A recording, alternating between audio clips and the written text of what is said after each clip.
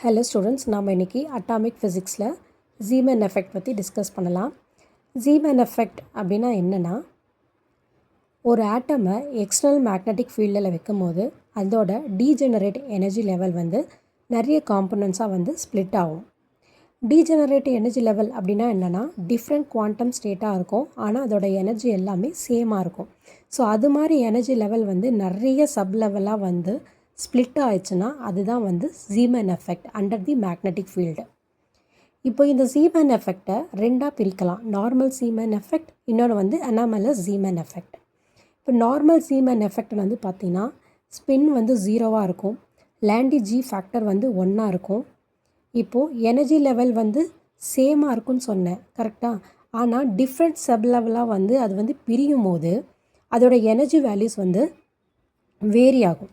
So energy shift அதுதான் delta E equals magnetic quantum number Bohr magneton into magnetic field. இப்போ எனர்ஜியும் ஃப்ரீக்வன்சியும் வந்து ரிலேட்டட் தானே, E is equal to H nu. So delta nu அப்படின்னா என்னென்னா அது வந்து ஃப்ரீக்வன்சி ஷிஃப்ட். ஓகே, இப்போ இந்த நார்மல் ஜீமன் எஃபெக்டில் வந்து பார்த்திங்கன்னா 3 ஸ்பெக்ட்ரல் காம்போனன்ட்ஸாக வந்து பிரியும் அண்டர் தி மேக்னெட்டிக் ஃபீல்டு.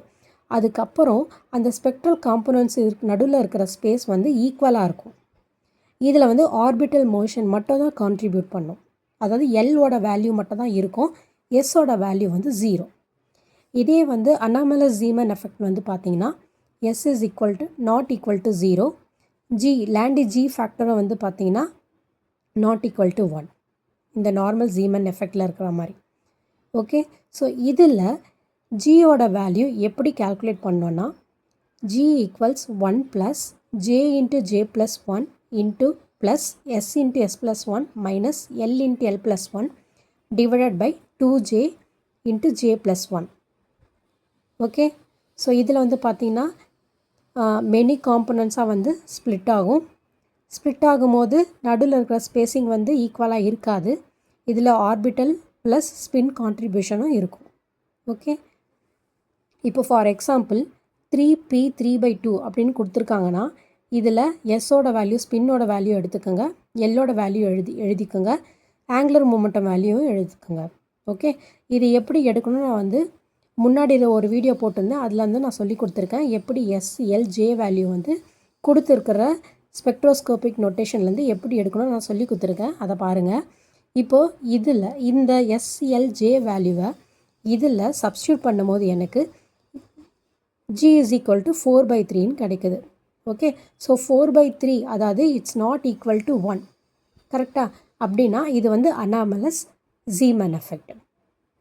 அதுக்கப்புறம் இந்த ஃபார்முலாவை யூஸ் பண்ணி ப்ரீவியஸ் இயர்ஸ் கொஷின் பேப்பரில் கேட்டிருக்காங்க. அது என்னென்னா ஜூன் 2018 கேட்டிருக்காங்க. The value of the லாண்டி G factor for a fine structure level defined by a quantum number L is equal to 1, J is equal to 2, S is equal to 1. S அந்த ஃபார்முலாவை எழுதிக்குங்க, லாண்டி G factor formula. அதில் J இருக்கிற இடத்துல, S இருக்கிற இடத்துல, L இருக்கிற இடத்துல இந்த வேல்யூ சப்ஸ்டியூட் பண்ணிங்கன்னா உங்களுக்கு இந்த ஃபைனல் வேல்யூ 3/2 கிடைக்கும். இது பார்க்க சிம்பிளாக இருக்கும். ஓகே, ஆனால் இது நிறைய 2-3 முறை கேட்டிருக்காங்க. ஓகே, நெக்ஸ்ட்டு ப்ராப்ளம் ஜூன் 2016 கேட்டிருக்காங்க.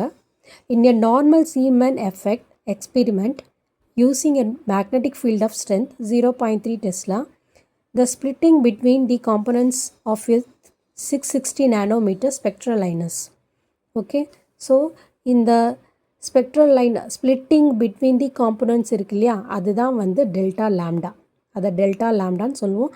லாம்டா வந்து வேவ் லென்த்து, இ வந்து charge of an electron, B வந்து கிவன் மேக்னெட்டிக் ஃபீல்ட், சி வந்து ஸ்பீட் ஆஃப் லைட், எம் வந்து mass of an electron.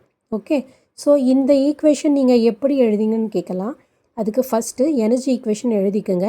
E is equal to H nu, அதில் nu வந்து பார்த்திங்கன்னா c/லாம்டா. Okay, so nu is equal to c/லாம்டா, அதை தான் வந்து அப்படி எழுதியிருக்கேன். Lambda nu is equal to C. இப்போது இது வந்து கான்ஸ்டன்ட்டு, இதை வந்து நீங்கள் டிஃப்ரென்ஷியேட் பண்ணிங்கன்னா உங்களுக்கு வந்து 0 கிடைக்கும். இதை யூவி மெத்தடில் நீங்கள் டிஃப்ரென்ஷியேட் பண்ணிங்கன்னா உங்களுக்கு nu t lambda plus lambda du nu equal to 0ன்னு கிடைக்கும். அதில் டி லாம்டா மட்டும் எடுத்திங்கன்னா உங்களுக்கு இந்த வேல்யூ கிடைக்கும்.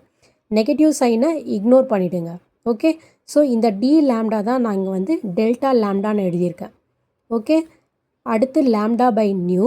இந்த டி லேம்டாவோட வேல்யூ, அதாவது ஃப்ரீக்வன்சி ஷிஃப்டிங் வேல்யூ வந்து பார்த்திங்கன்னா e B divided by 4πm.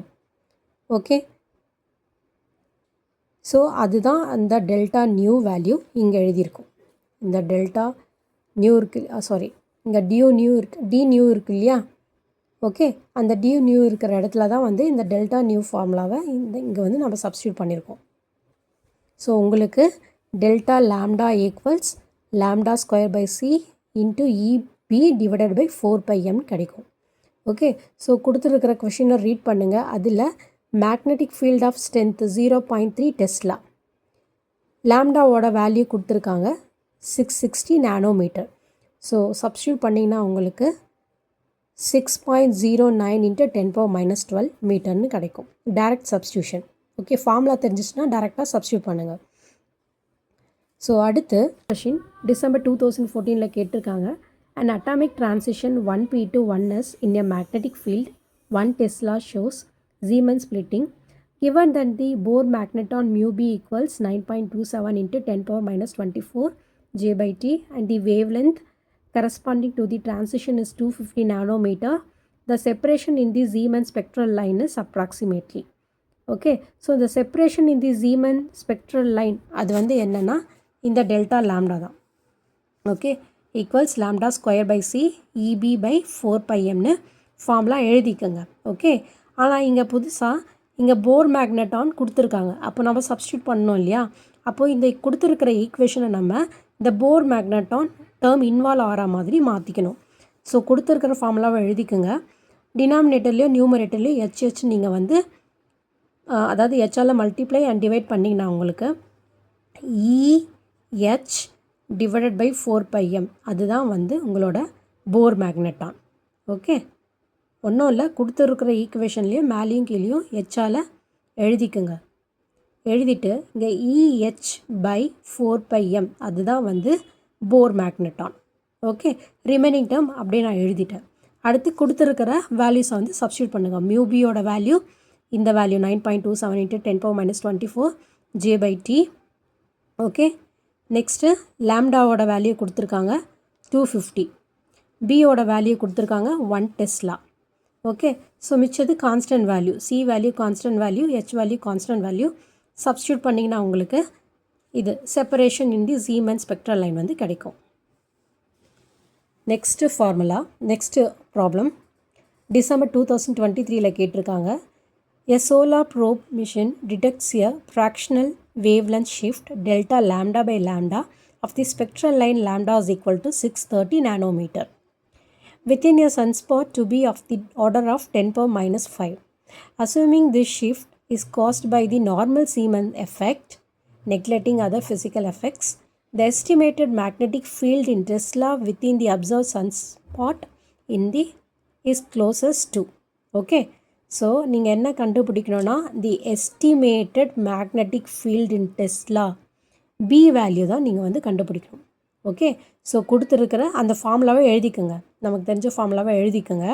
Okay, இதில் ஆல்ரெடி என்ன கொடுத்துருக்காங்கன்னா delta lambda by lambda, okay, to be of the order of 10⁻⁵, அந்த லேம்டாவோட வேல்யூ 630 நானோமீட்டர். ஓகே, ஸோ இப்போ இந்த கொடுத்துருக்கிற ஈக்குவேஷன் நம்ம இந்த ஃபார்முலாவை நம்ம எப்படி எழுதிக்கலாம்னா டெல்டா லேம்டா பை லேம்டா வர்ற மாதிரி எழுதிக்கலாம். ஸோ இந்த லேம்டாவை வந்து லேம்டா இன்ட்டு லேம்டான்னு பிரிங்க, ஒரு லேம்டாவை டினாமினேட்டருக்கு கொண்டு வாங்க, ரிமைனிங்கை அப்படியே எழுதிக்கோங்க. இப்போ இதிலேருந்து பியோட வேல்யூ மட்டும் எழுதிக்கோங்க. ஓகே, ஃபார்முலாவே நான் வந்து அரேஞ்ச் பண்ணியிருக்கேன்.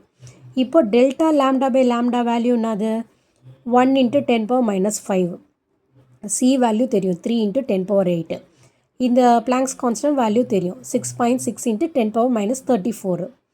ஓகே, லேம்டா வேல்யூ இங்கே இருக்கியா லேம்டா, இந்த லேம்டா வேல்யூ வந்து பார்த்திங்கன்னா 630 × 10⁻9. ஓகே, போர் மேக்னெட்டான் வேல்யூ வந்து 9.27 × 10⁻34. இது கான்ஸ்டன்ட் வேல்யூ. ஓகே, ஸோ நீங்கள் சப்ஸ்டியூட் பண்ணிங்கன்னா உங்களுக்கு பியோட வேல்யூ கிடைக்கும். Next, the Zeeman shift of the energy of a state with quantum numbers L, S, J and Mj is H is equal to Mj mu B divided by J into J plus 1. So in the bracket la L into J plus Js S into J nu irukku, where B is the applied magnetic field, Gs is the G factor for the spin and mu B by H equals 1.4 megahertz Gauss inverse, where H is the Planck's constant. The approximate frequency shift of the S equal to 0, L is equal to 1 and Mj is equal to 1 state at a magnetic field of 1 Gausses. Okay, நீங்கள் என்ன கண்டுபிடிக்கணும்னா frequency shift தான் கண்டுபிடிக்கணும், அதாவது delta new தான் வந்து கண்டுபிடிக்கணும். Okay, so delta new formula இதோ நான் இங்கே எழுதியிருக்கேன் இல்லையா, இந்த ஃபார்முலா தான் இப்போ நான் வந்து இங்கே எழுத போகிறேன். So delta nu is equal to e B by 4πm. Okay, so இப்போ நான் டினாமினேட்டர் நியூமரேட்டரில் வந்து ஹெச்ஆல் அதாவது மல்டிப்ளை நான் டிவைட் பண்ணிக்கோங்க. இதில் இஹெச் பை 4πm வந்து mu B, remaining B by H எழுதிக்குங்க. இதில் மியூ பி பை ஹெச் என்னது வேல்யூ இங்கே பாருங்கள், mu B by H value 1.4 into megahertz gauss inverse. அதே மாதிரி மேக்னெட்டிக் ஃபீல்டோட வேல்யூ கொடுத்துருக்காங்க 1 காஸ். ஸோ நான் வந்து மியூ பி பை ஹெச்சோட வேல்யூ எழுதிட்டேன், பியோட வேல்யூ எழுதிட்டேன். இதில் காஸ் இன்வர்ஸ் காஸ் இருக்குது, கேன்சல் பண்ணிக்கோங்க. ரிமைனிங் அப்படியே தான் இருக்குது 1.4 மெகாஹெர்ட்ஸ். இதுதான் வந்து உங்களோட ஃப்ரீக்வன்சி ஷிஃப்டிங் டெல்டா நியூ.